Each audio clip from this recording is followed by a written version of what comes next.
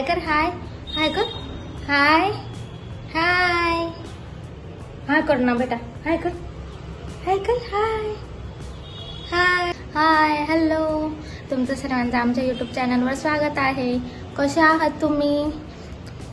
सर्वजण एकदम मस्त असणार, मजेत असणार. तर किशी दे, किशी दे, किशी दे. किशी रियाज कडून सर्वांना किशी दिली.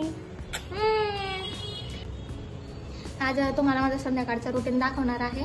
तर सकाळचं रुटीन मी याच्या आधी ऑलरेडी शेअर केलेलं आहे सर्वांसोबत.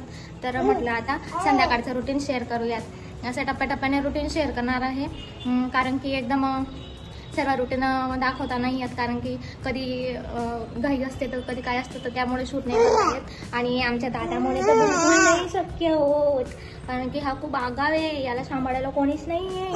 हा, मग तो मम्माला त्रास देतो मम्माला त्रास. मोबाईल पाहिजे त्याला. हा, मोबाईल नाही, मोबाईल नाही. शूटिंग करते ना, शूटिंग. चला तर मग व्हिडिओला स्टार्ट करू. संध्याकाळचे 5 वाजलेले आहेत आणि तर चहा झालेला आहे आणि माझे भांडे घासून झालेले दुपारचे, कारण की रियाज दुपारी झोपलेला होता, म्हणून मी दुपारच्या जेवणाचे भांडे काही घासलेले नव्हते, ते आता मी घासून झालेले आहेत ते माझ्यावाले. तर आता मी घराला झाडू मारून घेते. आणि हे बघा, रियाजला रोज संध्याकाळी असं मी मखाने देत असते, आणि तो बघा कशा प्रकारे मखाने खातो. कशा मखाने खातोय रियाज? असं पाडून टाकतात. ताटलीमध्ये टाक, प्लेटमध्ये टाकून दे. असं प्लेटमध्ये टाकून खायचं ना. प्लेटमध्ये टाकून घ्यायचं ना. मग असं असं असं प्लेटमध्ये, हे बघ, असं प्लेटमध्ये टाकायचं आणि मग खायचं ना. असं पाडून कोण खातं?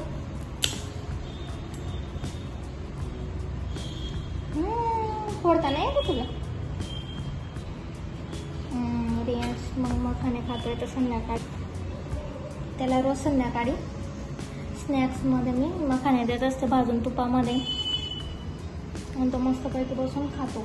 आणि स्टडी करतोय का रियाज? रियाज स्टडी करतो. रियाजचे बुक आहे, पिलो बुक आहे. पिलो बुक मध्ये रियाज स्टडी करतो. तू खा तू, ते नाही येणार खायला, ते तुला फक्त बघतील. तू खा, खाऊन घे ना. मग खाऊन घे, असं उचलून खायचं ना. हे बघा रियांचा कसा आहे, खाली पाडतो मग खातो तो.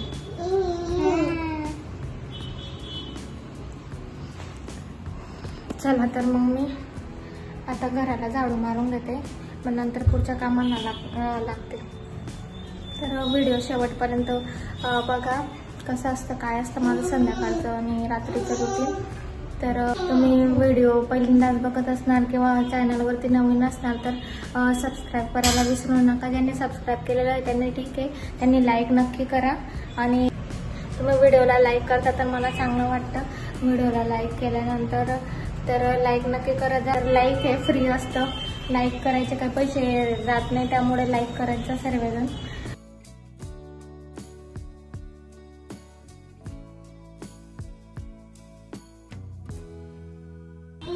कुठे चालला तू? बस ना.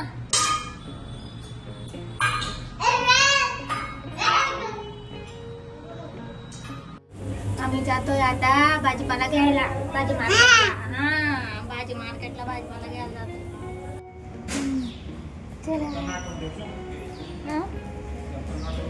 इथंच नाही राहणार बे, लक्षात. रियाज भाजीपाला घ्यायला चालला. खूप दिवसाने रियाजला घेऊन जातोय आता आम्ही भाजी मार्केटला. रियाज इकडे बघ, काय बघ. डॅडी गाडी काढते. गाडी आणतोय, गाडी. बुरबुर.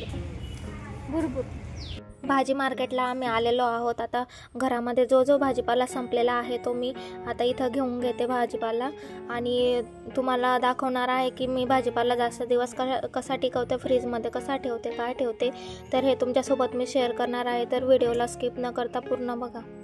मार्केटमध्ये मी 8 दिवसामध्ये किंवा 15 दिवसामध्ये येत असते, आणि 8 दिवसांचा किंवा 15 दिवसांचा भाजीपाला आम्ही मार्केटमधून घेऊन जाते. आणि भाजीपाला टिकतो सुद्धा माझा खूप दिवसपर्यंत चांगला राहतो, टवटवीत राहतो. भाजी मार्केटमधून भाजीपाला घेऊन घरी आलेली आहे.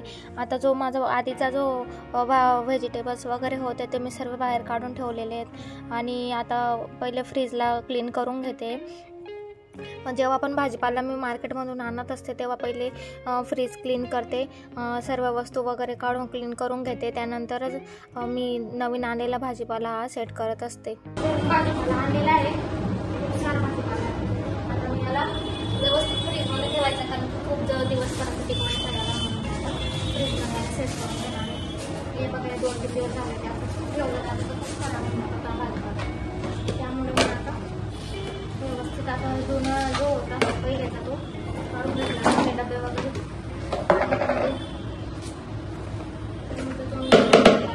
खाली करून घेऊ आणि मस्त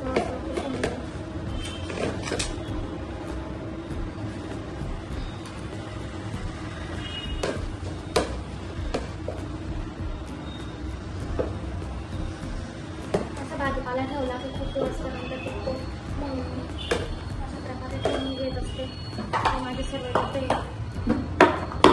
पहिले मी घरातले डबे कसे कशाचे आले घ्यायचा, माझ्या डब्यांचा सेट करून काय घेतला आपण बघू आता कधी काय ते घेतलं तर तुमच्यासोबत शेअरच करेल मी घेतले ते.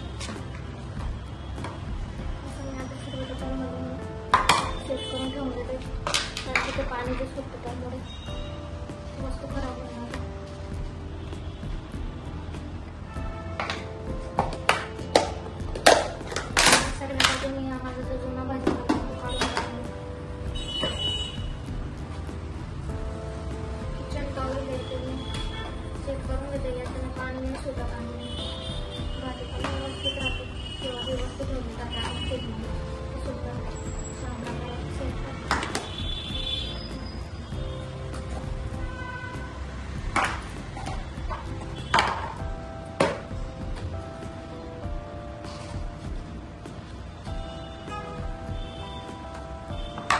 माझ्या डब्यांची सर्व लावून झाली तर आपण करावं.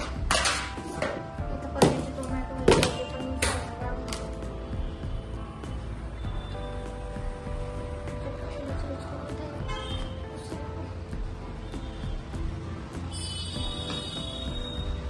पाणी सुटलेलं आहे त्यांना.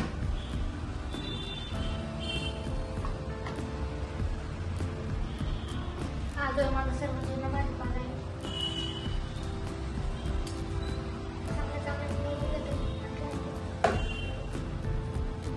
जो आणलेला भाजीपाला तो खाली ठेवायचा आणि वरती येतो जुना भाजीपाला ठेवायचा, जेणेकरून पहिले जुना भाजीपाला तर सगळं झाले. ही भाजी येईल निवडावी लागेल, त्यामुळे मी साईडलाच ठेवते.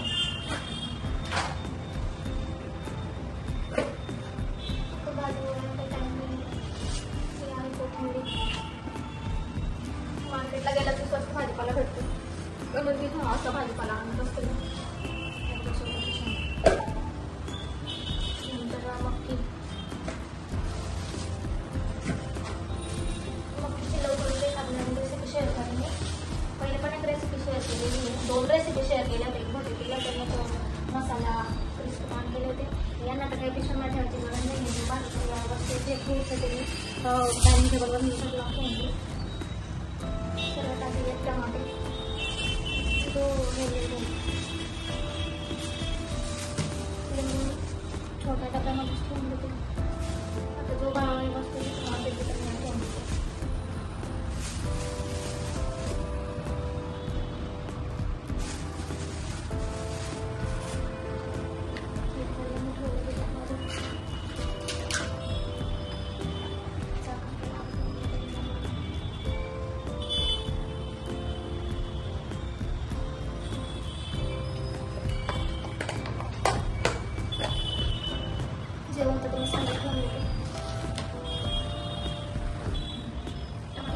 जो भाजीपाला होता तो डब्यात ठेवून झालेला आहे. जे वस्तू डब्यात ठेवायच्या होत्या त्या ठेवून झालेल्या आहेत. आता ज्या वस्तू डब्यात नाही ठेवू शकत त्या वस्तू मी च्या बास्केटमध्ये ठेवणार आहे. पण त्या पण अशाच नाही ठेवून द्यायच्या, त्यांना आपण पिशवीमध्ये मी कापडी पिशवीमध्ये ठेवत असते, जेणेकरून ते पण खूप दिवसपर्यंत टिकतात.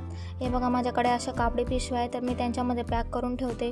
बाकीच्या डब्यांमध्ये ठेवलेले आहेत वस्तू, हे बघा पालेभाज्या वगैरे हे आहेत ना, मी कापडी पिशवीमध्ये ठेवते, कारण की पाणी सुटतं त्यामुळे ते पालेभाज्या लवकर खराब होतात. कापडी पिशवी पाणी ॲब्झॉर्ब करून घेते, त्यामुळे जास्त दिवसपर्यंत टिकतात. आणि सर्वात आधी पालेभाज्याच खायच्या असतात, कारण की ते कितीही केलं काहीही करून ते खराबच होत असतात.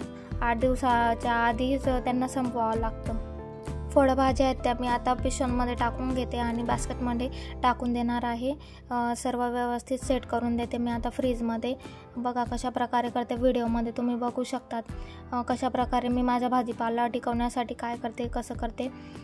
तर हे मी तुमच्यासोबत शेअर केलेलं आहे. तुम्ही पण नक्की करा, जे करत नसतील त्यांनी करा. नवीन जे लग्न झालेले असतात त्यांना माहितीच नसतं की कसं सेट करायचं, काय सेट करायचं, त्यांच्यासाठी खूप युजफुल आहे. सर्व भाजीपाला फ्रीजमध्ये नीट सेट करून ठेवला आहे.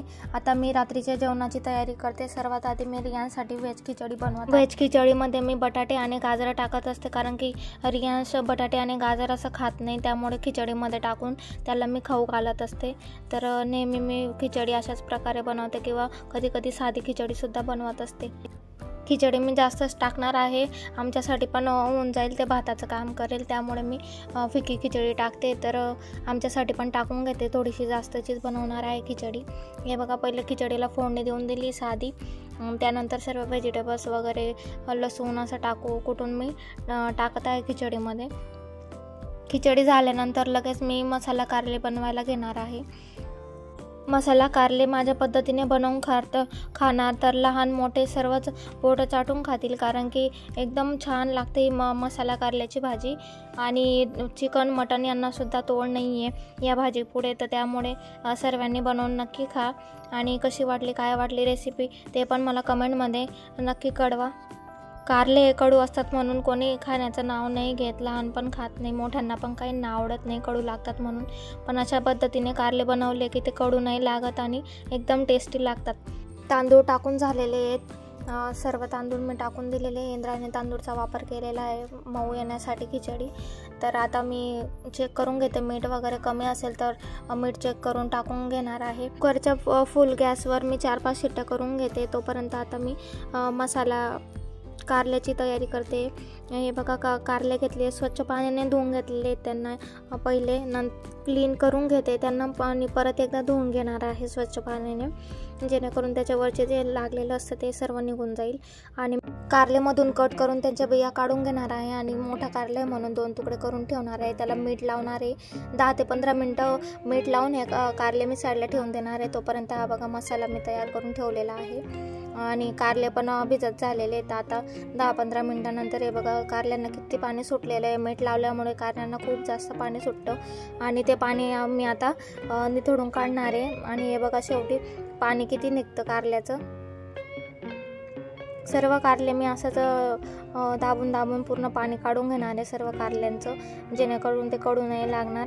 आणि हे कारले मी शिजवणार नाही आहे, ते डायरेक्ट फोडणी देणार आहे आणि मग कुकरमध्ये डायरेक्ट शिजवणार आहे. असं केल्याने कारले हे हेल्दी राहतात, कारण की आधीच आपण शिजवून घेतलं आणि मग ते पाणी शिजवलेलं पाणी फेकून दिलं तर कारले बनवलेले आणि खाल्लेले काहीच कामाचे राहत नाही. त्यामुळे मी असं करणार आहे की कुकरमध्ये डायरेक्ट शिजवणार आहे. हे बघा आता तेलामध्ये मी कढीपत्ता वगैरे टाकून घेते आणि काळा मसाला बनवलेला आहे तो टाकून घेणार आहे आणि छानपैकी असं परतवून घेणार आहे मी मसाल्याला तेल सुटेपर्यंत. आणि त्यानंतर हळद, मीठ, तिखट आणि माझा गरम मसाला टाकत आहे मी आणि याला पण छान असा परतवून घेणार आहे तेल सुटेपर्यंत. त्यानंतर मी लगेच कारले आता मसाल्यामध्ये सोडून घेते. आणि ग्रेव्ही किती बनवायची, काय बनवायची हे आपल्यावर आहे.